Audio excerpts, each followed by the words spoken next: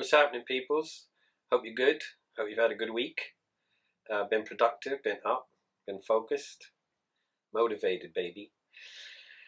I've had a good week, and here I am recording for today. I've been talking about stories a lot and how I want to tell stories. So one of the topics of stories I want to talk about is my father. My father and I had a bit of a crazy relationship. He was my stepfather and looked after me since the age of 4. So I guess the man that you know today has a lot or part to do with him. We had an interesting relationship. It was up and down. It was a roller coaster. At the end of his life, I would say that I loved him, but I really didn't like him. I'm still trying to understand what I mean when I say that, but that's exactly how I feel. But he did a lot of interesting things. We did a lot of interesting things, some good, some bad, and all of them have had an effect on me in some way.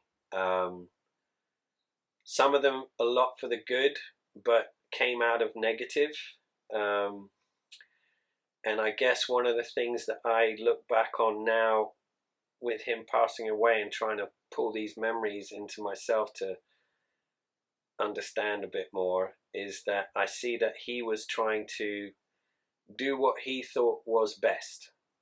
Sometimes I'm not sure if he actually knew what he was doing, but I think he tried his best. And the most brilliant thing that we all do as parents is that he obviously had his father, and whatever he learned from him, he moved over to himself and changed a little bit.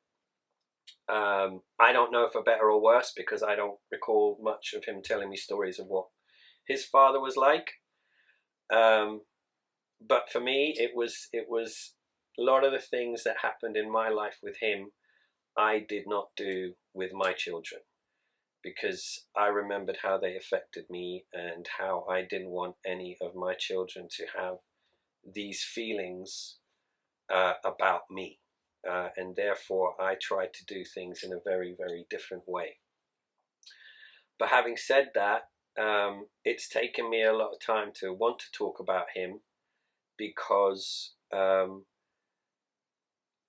seem to dwell on the negative, which we all do. We always seem to dwell on things that are the negative, and we tend to focus less on the positives because the negative has so much effect on us that we tend to forget the positive and the joy that potentially came from that or did come from that.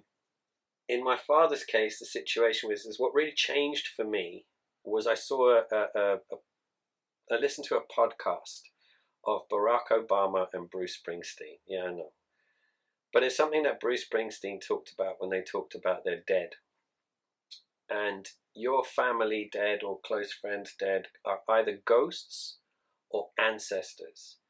And the ghosts haunt you, whereas your ancestors run alongside you.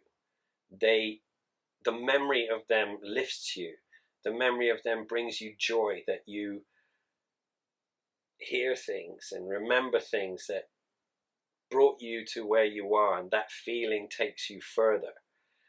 And with people who've passed in my life, I'm happy to say, excuse me, that I have, in that context of ghost and ancestors, I have a lot of ancestors, but it's taking its time for my father to become less of a ghost and more of an ancestor.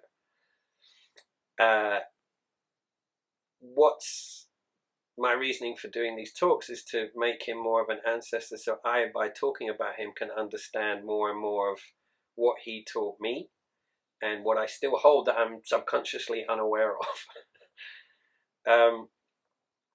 So yeah, he was a difficult man, and he was trying to always push the boundaries, teach me something different that I never really understood. But by talking more and more, I want him to be an ancestor, because we did have a lot of interesting things, and there's a lot of things that I do on a day-to-day that are thanks to him. And you know, when I think about it in that context, right now my ancestors are my grandfather on my mother's side, my ex-wife's father, uh, and my dog Logan. And there's a few people who are there that come and go, but those are my constants. And my father is comes in and out. I feel him laughing and disappearing and judging at times, but that is my internal thing, because it's just my perception. He's no longer here to really do that, so I feel it. But yeah, hopefully by talking more and more about him and the things we've been through, I will feel better. And some of the stories are quite funny, the ones that I remember, and some of them are pretty harsh, but I'm going to share all of them because it's something that I definitely need to do. And this might be a nice little platform to let that out. So let me start with a quick one. It must be around 1974, 1975. I'm like 9 or 10 or maybe 8 or 9, around that time. I used to put ketchup on everything, on fucking everything.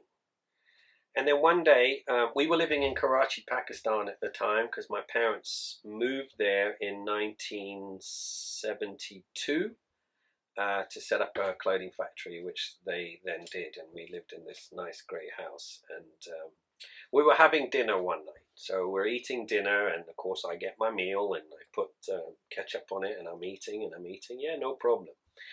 And then my mum had a surprise for me, and she made this banana cream pie, which was my favorite pie. So the pie gets put in front of my dad, you know, and he chops it up, which is kind of weird because he never really used to do that.